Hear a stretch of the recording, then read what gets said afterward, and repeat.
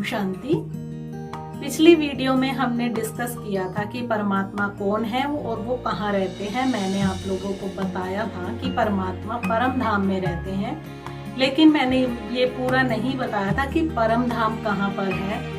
तो आज मैं आप लोगों को बताऊंगी कि 3 वतन होते हैं। परम धाम को हम मूल वतन भी बोलते हैं, शांति धाम भी बोलते हैं, क्योंकि वहां पर शांति ही शांति होती है। और मूल धाम, मूल वतन, शांति धाम, परम धाम, जहाँ परमात्मा के रहने का धाम है वो, इसलिए उसे परम धाम भी बोलते हैं। शांति धाम इसलिए बोलते हैं क्योंकि वहां पर ना बिल्कुल शांति होती है, पिन ड्रॉप साइलेंस होती है वहां पर, एकदम शांति, क्योंकि वहां पर देह ही नहीं होती है। वहां हम सब आत्माएं निराकारी स्थिति में, आत्मिक रूप में स्थित रहते हैं और हम वहां पर अपने परमात्मा के साथ रहते हैं, इसीलिए उसे शांति धाम भी बोलते हैं। और मूल वतन यानी कि वो हमारा वास्तविक घर है, जहां से हम आए हैं ना इस दुनिया में अपना रोल प्ले करने के लिए।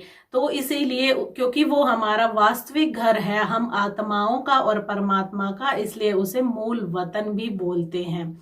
तो आज हम इस वीडियो में हम डिस्कस करेंगे कि 3 वतन कौन कौन से होते हैं।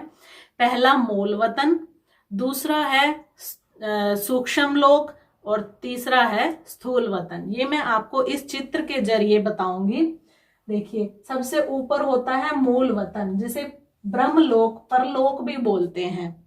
यहाँ पर हम आत्माएं रहती हैं, बिंदु मिसल में, आत्मिक स्थिति में स्थित रहती हैं, सभी निराकारी स्थिति में स्थित रहती है। यहाँ पर कोई किसी की देह नहीं होती है, कोई देह सहित वहां पर जा भी नहीं सकता है। और परम पिता परमात्मा भी रहते हैं ऊपर, बिल्कुल वो उनका भी वास्तविक स्वरूप बिंदी मिसल है, तो वो भी अपने वास्तविक स्वरूप में वहीं पर रहते हैं।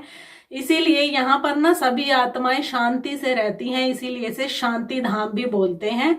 ब्रह्मलोक भी बोलते हैं क्योंकि वो हम सबके रहने का स्थान है, ठीक है, इसीलिए इसे ब्रह्मलोक भी बोलते हैं। परलोक यानी कि पार लोक है, इस दुनिया के पार है, ये सबसे ऊपर है, इसीलिए इसे परलोक भी बोलते हैं। तो ये हो गया मूल वतन, शांति धाम, परम धाम, ब्रह्मलोक, परलोक, जो मर्जी बोल लो।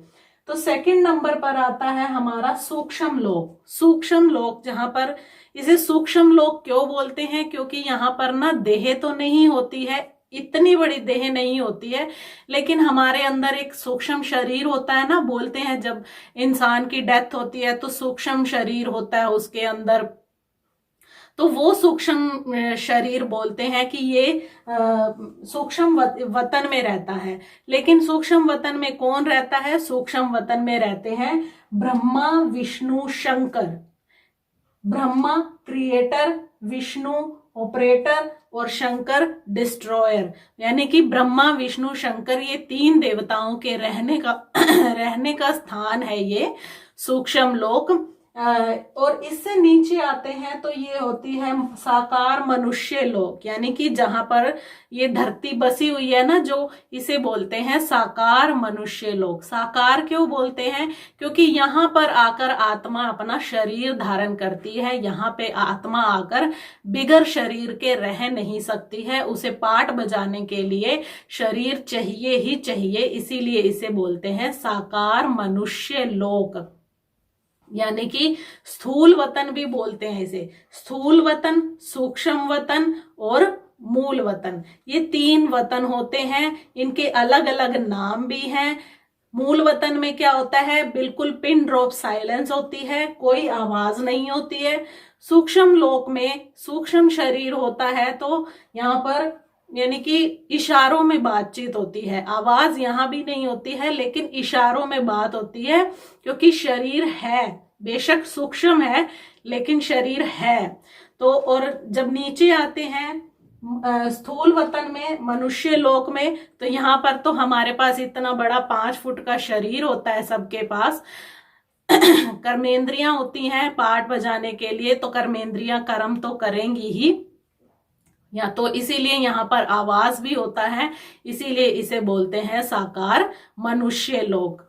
अब परमात्मा के रहने का स्थान है परम धाम।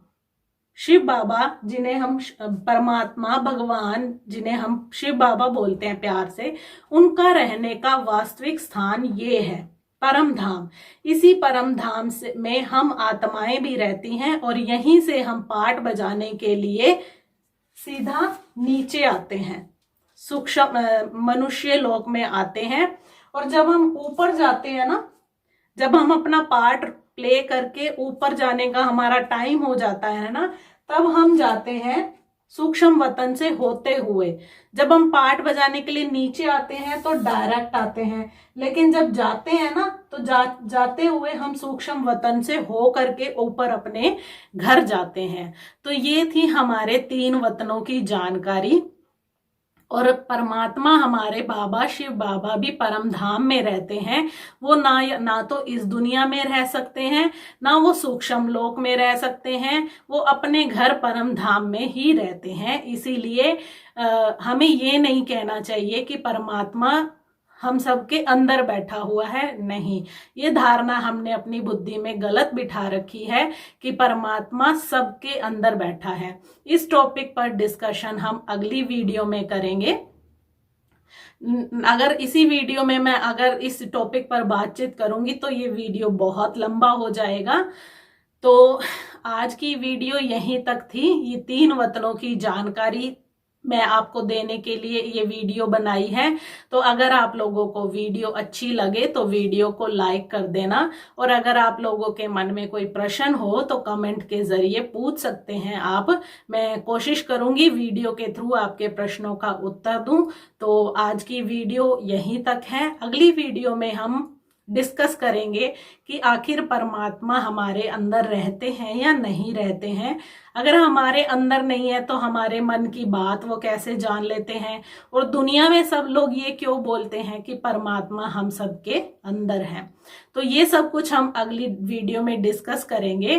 तो तब तक आप लोग अपना ध्यान रखिएगा। ओम शांति।